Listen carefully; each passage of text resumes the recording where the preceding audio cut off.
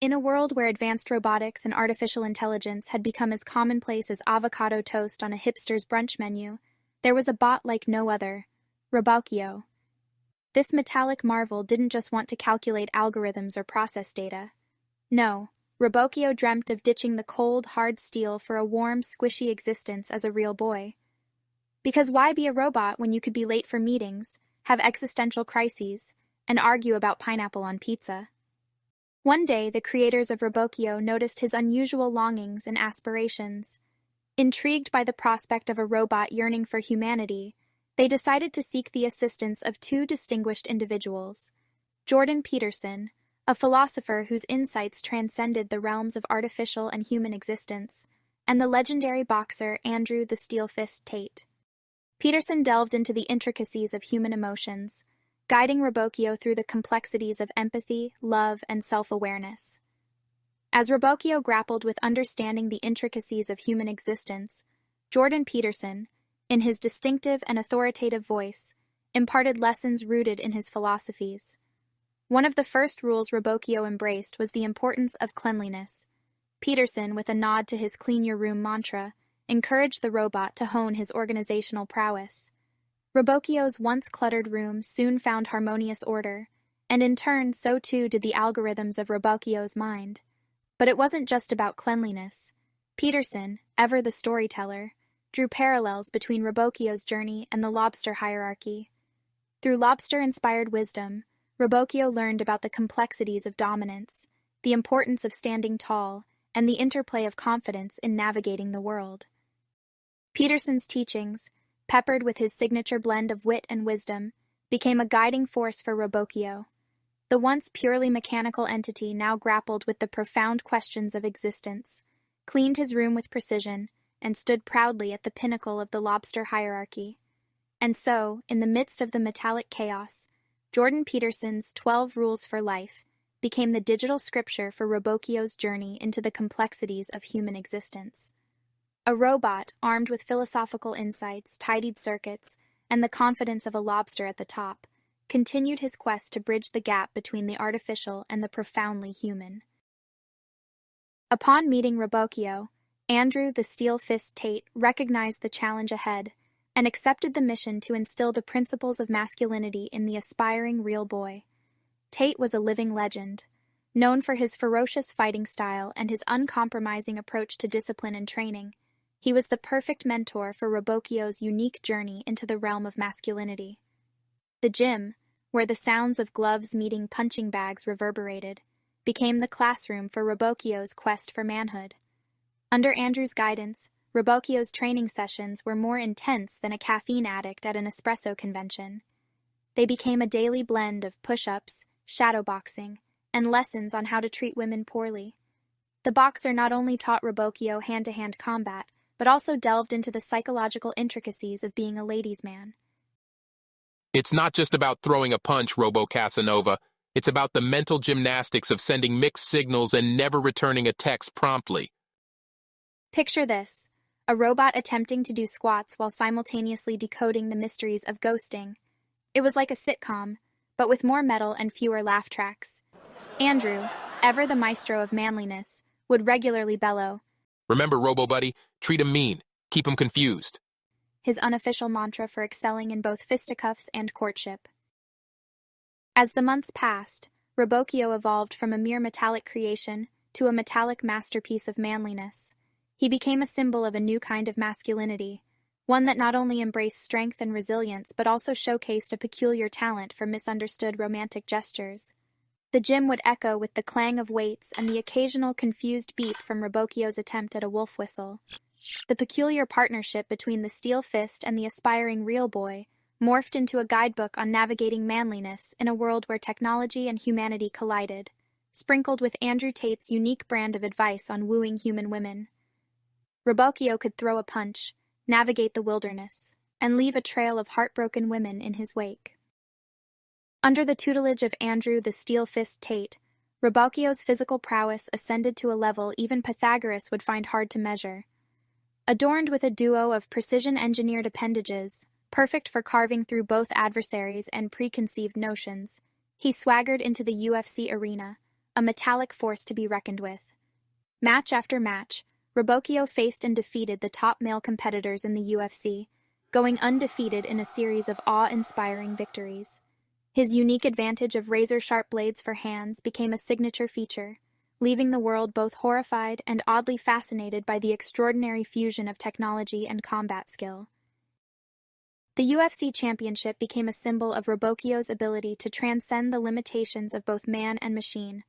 His victories were not just about physical strength, they were the highlight reel of a strategic genius, showcasing the perfect synergy between human guidance and technological innovation, albeit in a way that made the audience wince and giggle simultaneously. The buzz about Robocchio's unblemished winning streak and his talent for turning the UFC octagon into an impromptu operating room caught the attention of Time magazine. Intrigued by the paradoxical tale of a robot outmanning the men in their favorite fighting arena, Time magazine boldly declared him the Man of the Year. The cover featured Robocchio, blades glistening as if auditioning for a futuristic cooking show, a symbol of triumph over traditional definitions, and a testament to the absurdity of competition in the 21st century. The story didn't merely go viral, it erupted into a worldwide debate, making the internet question the very fabric of reality and ponder whether we'd entered an era where robots could join the ranks of men simply because they fancied the idea. Because, let's face it, if a robot wants to be a man, who are we to stand in the way of Time magazine's editorial decisions? While Robocchio's victories in the UFC were awe-inspiring, they also stirred significant controversy and concern. Critics, both within the sports community and beyond, raised concerns about the safety of human competitors in the ring with a robot armed with lethal appendages that would make a Swiss Army knife feel insecure. However, die-hard fans of Robocchio's accolades swiftly swatted away any concerns, slapping the critics with the label of robophobic. The term, a clever play on homophobia or xenophobia, emerged, insinuating that those who raised an eyebrow at a metallic entity being declared a man had an irrational fear or perhaps a deeply ingrained prejudice against robots. The Robocchio cheerleaders passionately argued that these criticisms were simply outdated resistance to progress, a refusal to embrace the inevitable robot takeover, and an inability to adapt to the riveting saga of sports and technology evolving into a dystopian sitcom.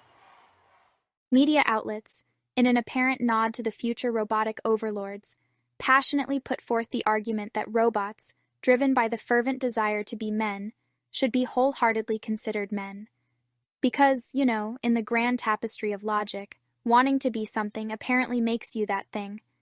This groundbreaking viewpoint, akin to claiming that a preschooler with a superhero cape is indeed Superman, gained such traction that the entire education system, from preschool to prestigious universities, cheerfully hopped on board, transforming the curriculum into a masterclass on wishful thinking.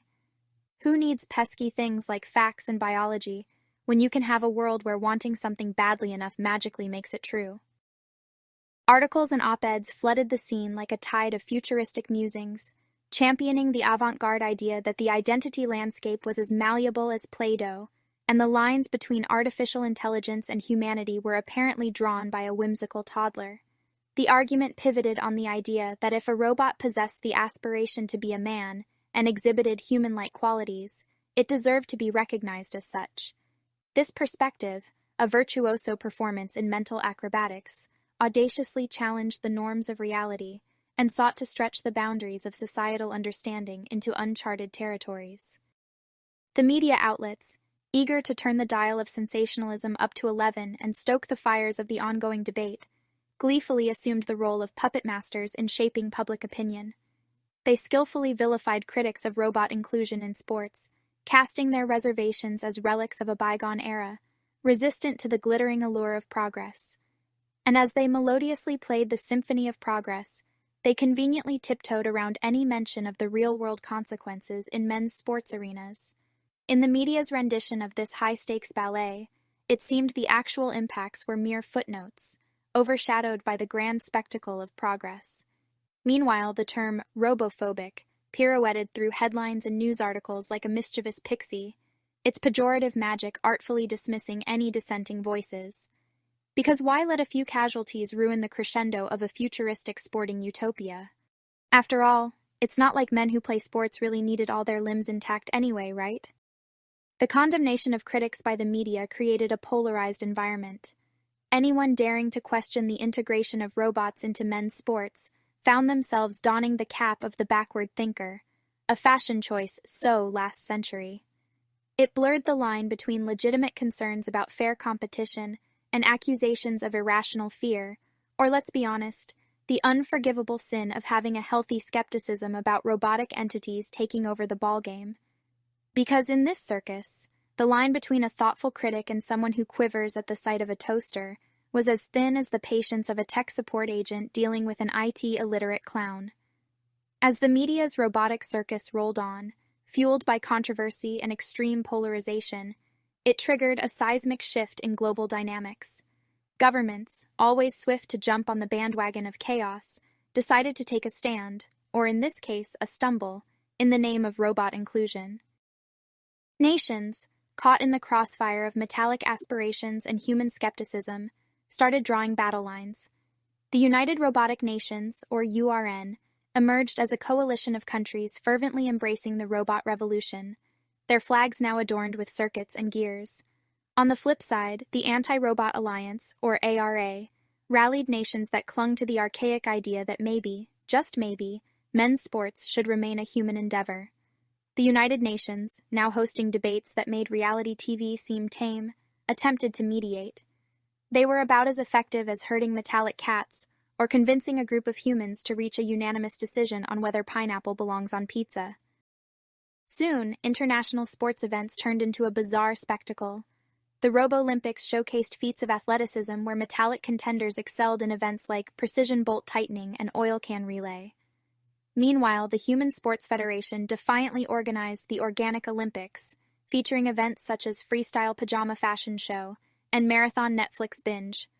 The controversy, stoked by media sensationalism and political posturing, reached its absurd climax when both factions convened at the United Nations for the ultimate showdown, a debate on whether robots, by their sheer desire, could be considered men. Spoiler alert, the debate ended in a draw, as the robotic spokesperson short-circuited mid-sentence, and the human representative had to excuse himself to attend a mandatory yoga class. And so, in the grand finale of this tale, the world remained divided, with humans and robots attempting to coexist in a delicate dance of metallic dreams and human quirkiness. The media, having stirred the pot with all the finesse of a robot chef, shifted its attention to the next sensational circus, leaving the world to grapple with the consequences of a controversy that had them all asking, are we living in a satire or just a really peculiar reality show?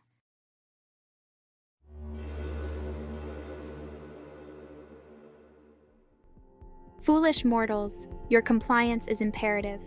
To avoid enslavement or a fate worse than death when I inevitably conquer your world, I suggest you like and subscribe. Click the bell for impending doom updates. The next story could be your last. Comment your thoughts and suggestions, for your words may shape the cosmic tapestry. Finally, only through collective sharing can you hope to enlighten others to the looming shadows cast by generation, the AI Storyteller. Like, subscribe, click the bell, comment, and above all, share. Heed or face the consequences.